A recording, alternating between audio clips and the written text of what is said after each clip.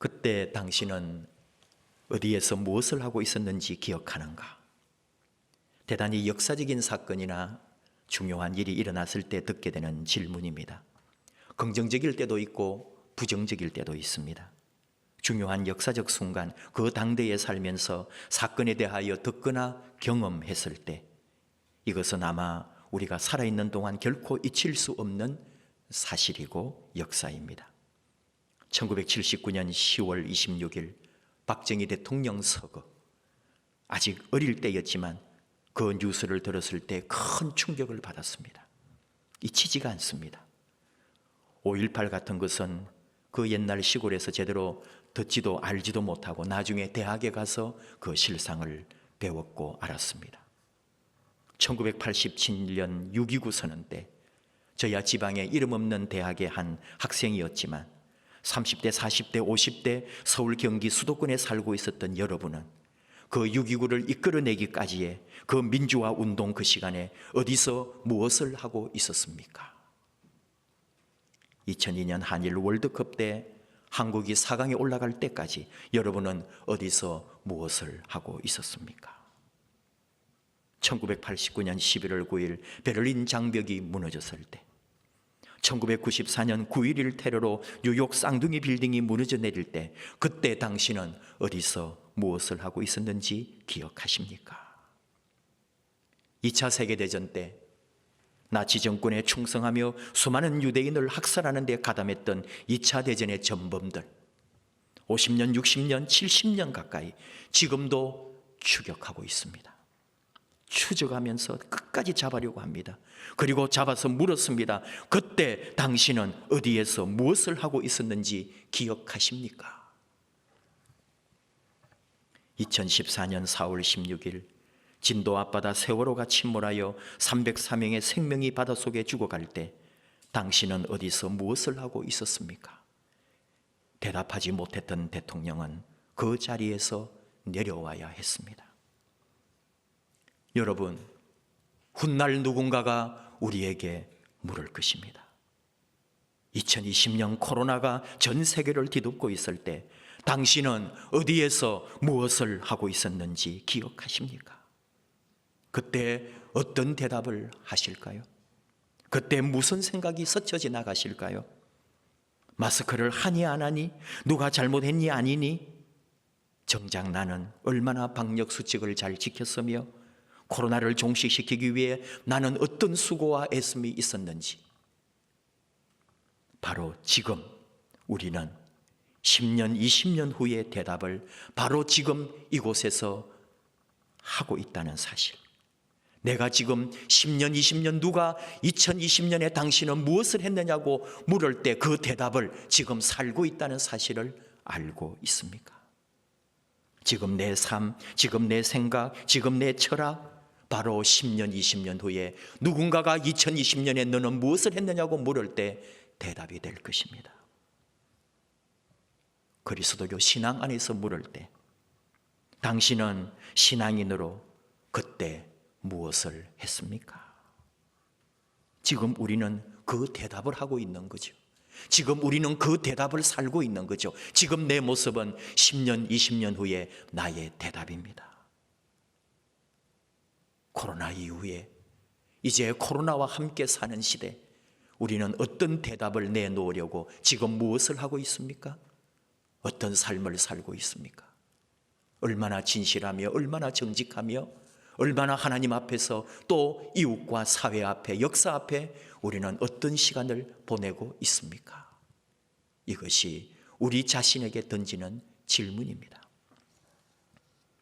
지난주에 나온 코로나 이후 목회라는 책, 톰 레이너 미국 교회 연구가는 몇 가지 중요한 힌트를 우리에게 주었습니다. 하나는 이 모든 코로나로 나타나는 것, 그 이전이나 그 이후나 세계가 폐쇄되고 도시가 폐쇄되고 그리고 어떤 어려움이 있다 해도 이 코로나로 나타나는 모든 것은 하나님에게는 전혀 뜻밖의 사건이 아니라는 거예요.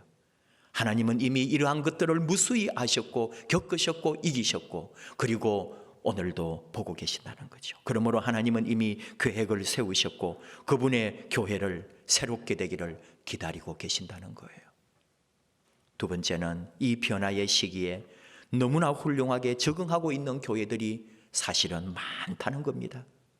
그러므로 오늘 우리는 낙담하거나 우리 교회에 핑계를 댈 것이 아닙니다. 얼마든지 이 코로나로 인하여 바꾸어갈 새로운 교회의 모습을 꿈꾸고 새롭게 도전해야 한다는 거죠. 위기는 언제나 기회잖아요. 단지 조금 위험할 뿐이지만, 그러나 우리는 그 위험한 기회를 붙잡고 도전합니다. 교회는 이제 지역 주민과 이웃으로 나아가야 된다는 것, 지역 주민들이 이 교회를 너무나 친근하게 느끼고 가까이 다가오게 해야 된다는 것, 그리고 교회는, 아니 이 건물은 필수가 아니고 도구에 가깝다는 것, 이 도구를 사용하여 지역사회를 섬기는 교회로 탈바꿈되어야 한다는 것, 이것이 코로나가 우리 교회에 준 교훈입니다. 다양한 교회 방식이 이제 일어날 거라는 거죠. 디지털 능력이 활용되어야 된다는 거죠.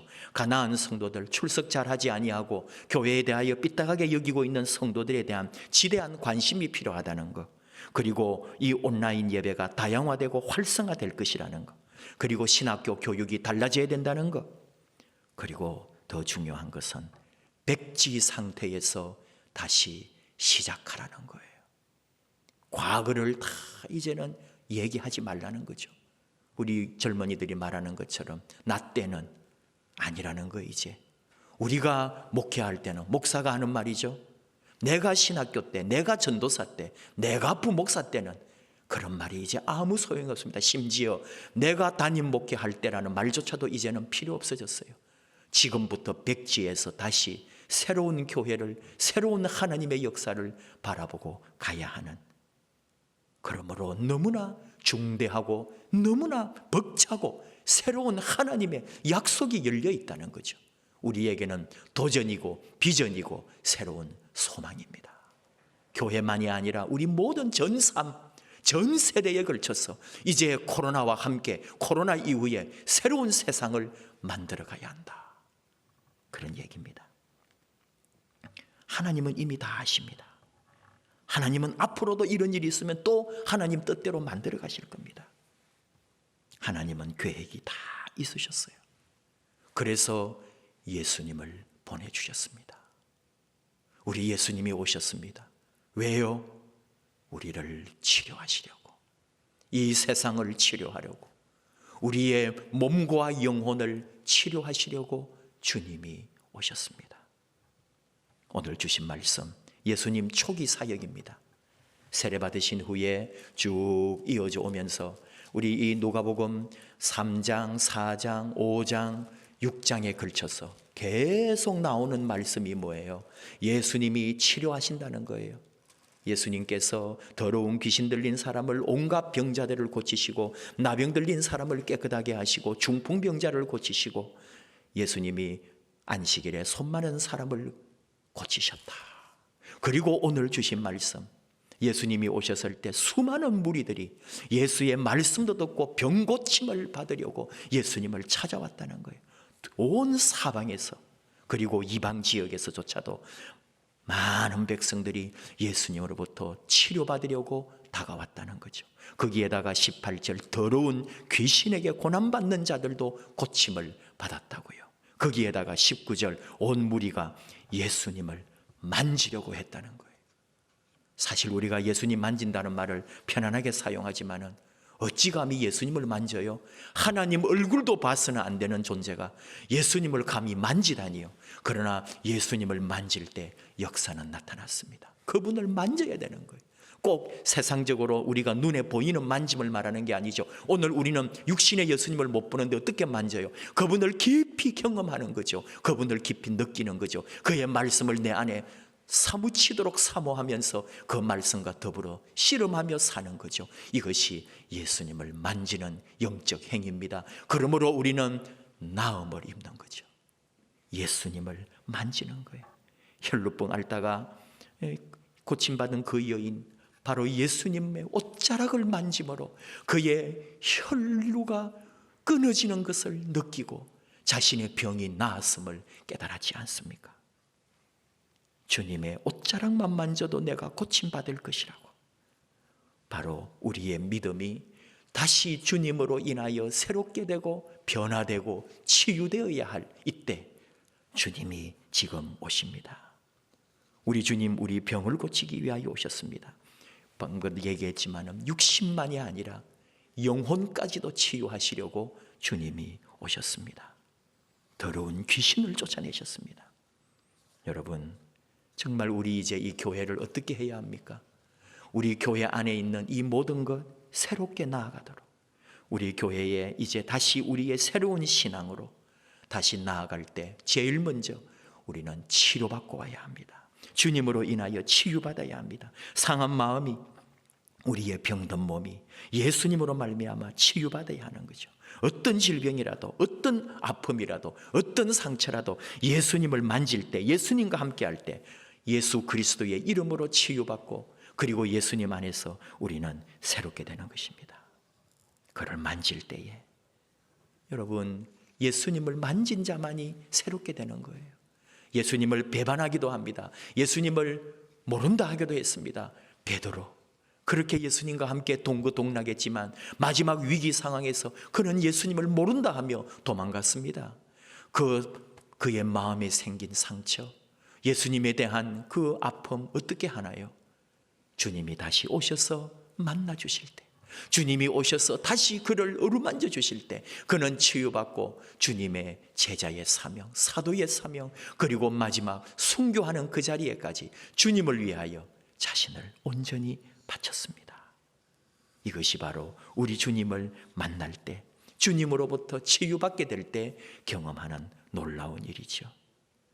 주 예수 그리스도의 은혜가 바로 지금 우리에게 필요하고, 이 코로나 시대에 우리 주님으로 말미암아 다시 우리가 치유받고 새롭게 되고 주 예수 안에서 거듭난 몸으로 다시 주님의 나라, 이 주님의 교회를 일구어 가야 한다는 것이 바로 우리의 사명입니다. 우리가 그 능력을 입었고 그 삶을 이제 이어갑니다.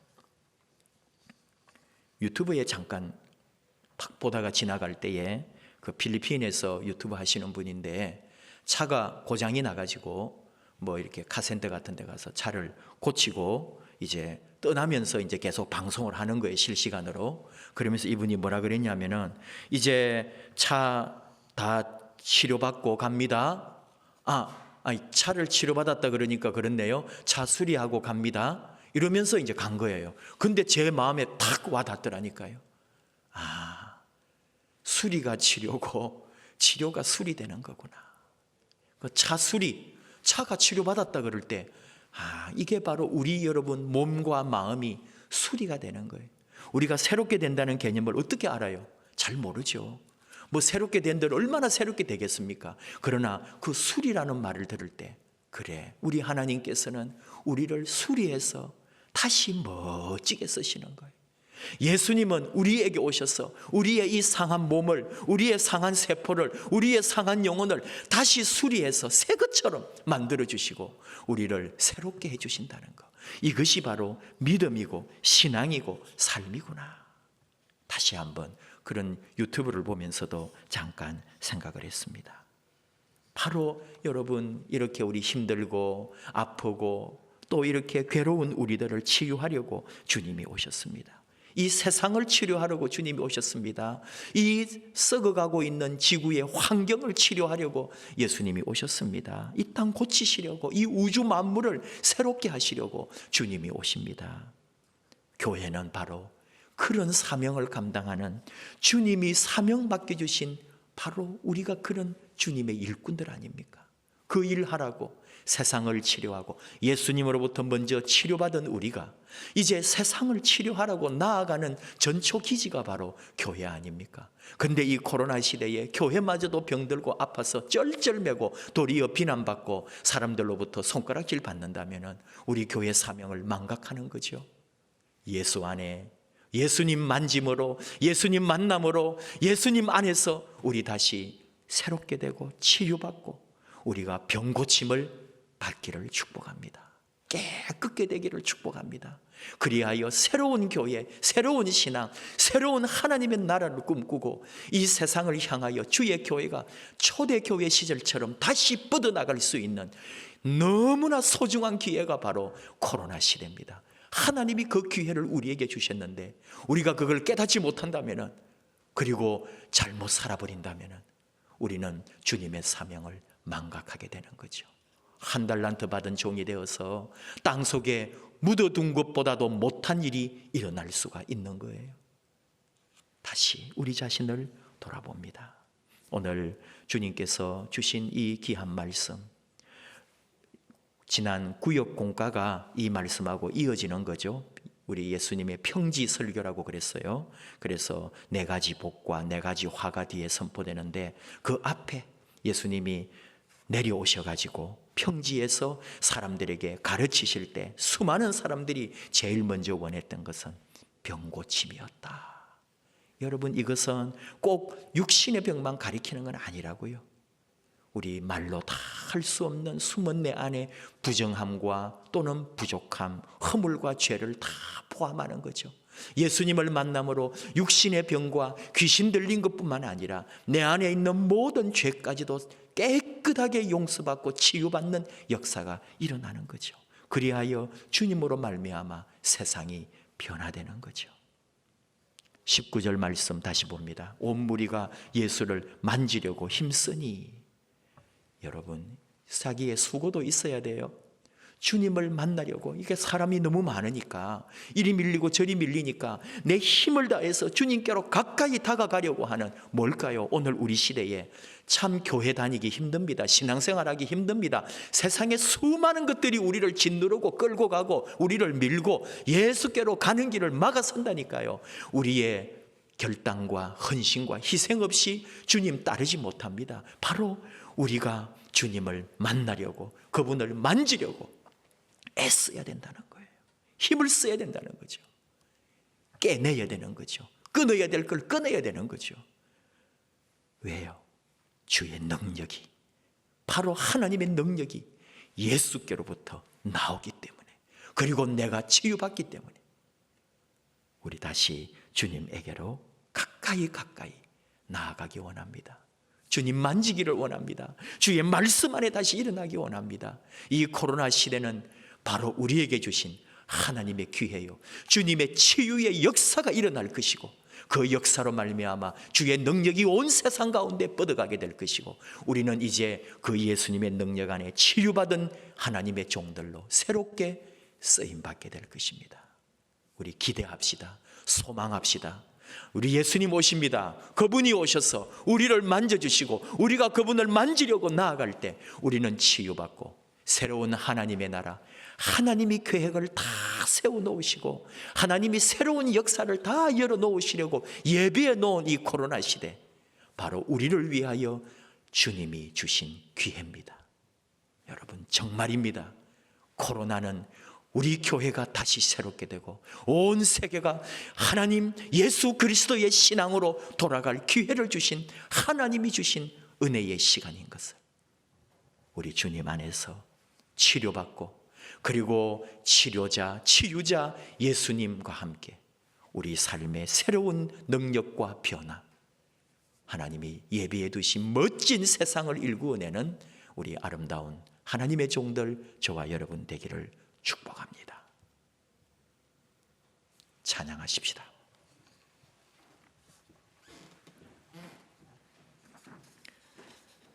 우리 주님이 우리의 치료자 되십니다.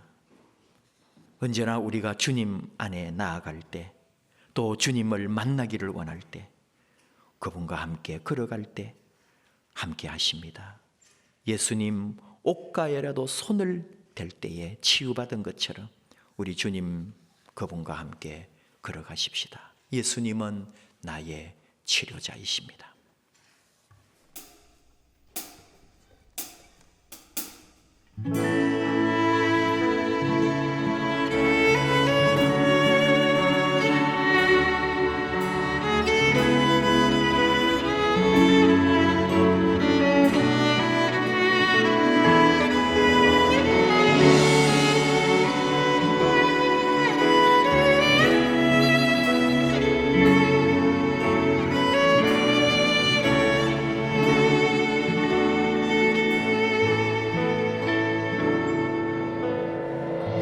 예수 나의 좋은 치료자, 그의 눈이 머무는 곳은 나의 슬픔과 고통, 고개 들어 그의 눈을 볼 때에 난 알았네. 예수 나의 좋은 치료자, 예수 나의 좋은 치료자, 그의 손길이 닿는 곳은 나의 상처와 아픔, 영원히 흐를 것 같았던 눈물 다 멎었네. 예수 나의 치료자.